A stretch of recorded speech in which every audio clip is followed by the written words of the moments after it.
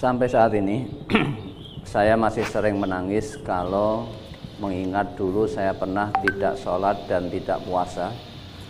Padahal waktu itu saya juga tahu hukumnya. Bagaimana seharusnya yang harus saya lakukan Ustadz agar Allah mengampuni dosa karena kekerasan hati saya di masa lalu?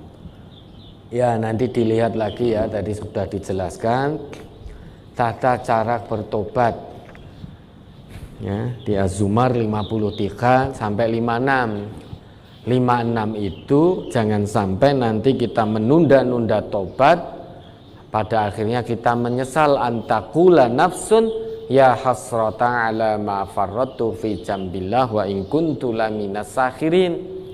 Jangan sampai nanti kita menyesal karena menunda-nunda tobat.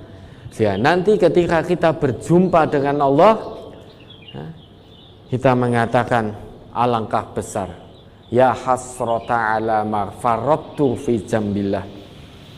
Alangkah besar penyesalanku karena kelalaianku terhadap kewajibanku kepada Allah. Wa in kuntu laminas sakhirin, dan alangkah besar penyesalanku karena dulu aku termasuk orang yang mengolok-ngolok agama Allah. Ya. Kalau tadi kita meninggalkan sholat padahal kita ngaku sebagai Islam, secara tidak langsung maupun langsung kita telah mengolok-ngolok agama Allah.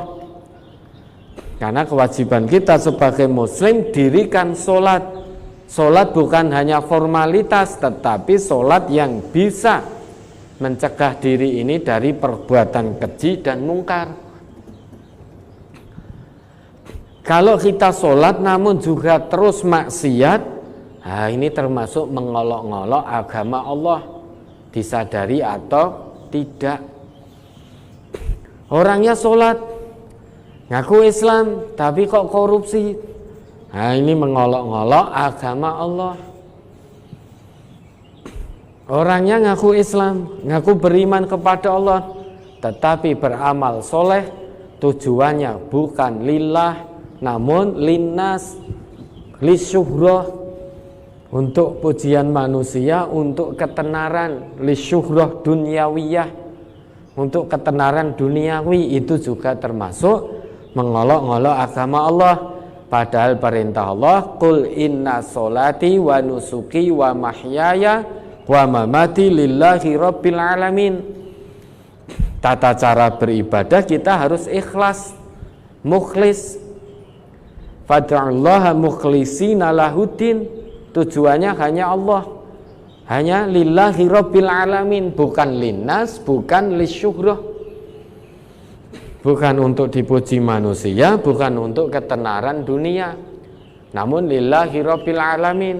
Sholat kita, ibadah nusuk kita, aktivitas hidup kita, apapun, selama aktivitas hidup kita positif, bahkan mati kita, itu lillahi rabbil alamin. Itu penghambaan diri kepada Allah. Pertama harus ikhlas. Kalau tidak ikhlas, tidak akan diterima oleh Allah, sekalipun kita berbuat baik. Namun untuk tujuan selain Allah, ya tidak akan mendapatkan pahala dari Allah. Kemudian tata cara beribadah yang kedua, amal kita agar diterima oleh Allah, yaitu ittiba'u Rasulillah, mengikuti Rasulullah, mengikuti apa yang sudah dicontohkan oleh Rasulullah. Yang memerintahkan ini Allah. Qul in kuntum tuhibbunallah fattabi'uni yuhibbukumullah wa yaghfir lakum dzunubakum.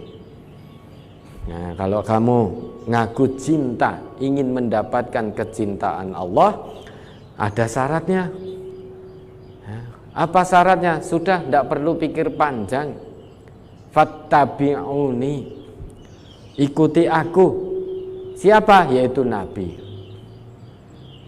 Nah, kalau kita terus ittiba'u Rasulillah, mengikuti Nabi terus, maka hasilnya yuhibbukumullah, kamu akan dicintai oleh Allah. Dicintai berarti amalnya diterima oleh Allah. Kalau amalnya diterima oleh Allah, berarti diberikan pahala baik oleh Allah. Nah, salah satu bentuk Balasan baik adalah diampuni dosa-dosa kita. Nah, maka bertobat, berhenti total, serahkan jiwa dan raga sepenuhnya kepada Allah. Jangan sampai nanti menyesal pada hari perjumpaan kita dengan Allah. Di hadapan Allah kita berdiri seorang diri dengan tubuh gemetar. Tidak ada lagi hubungan persaudaraan, tidak ada lagi hubungan kekerabatan, tidak ada lagi hubungan handai tolan. Tidak akan dapat menolong bapak, tidak dapat menolong anak, anak tidak dapat menolong orang tua. Kita sendirian menghadap Allah. Jangan sampai nanti kita menyesal karena menunda-nunda tobat, sehingga kita mati dalam keadaan sedang mengolok-ngolok agama Allah. Na'udzubillah. Nanti dibaca berulang-ulang, dipahami betul. Quran surah Az-Zumar ayat 53 sampai 56 itu kemudian diamalkan semaksimalnya. Ya, ada lagi.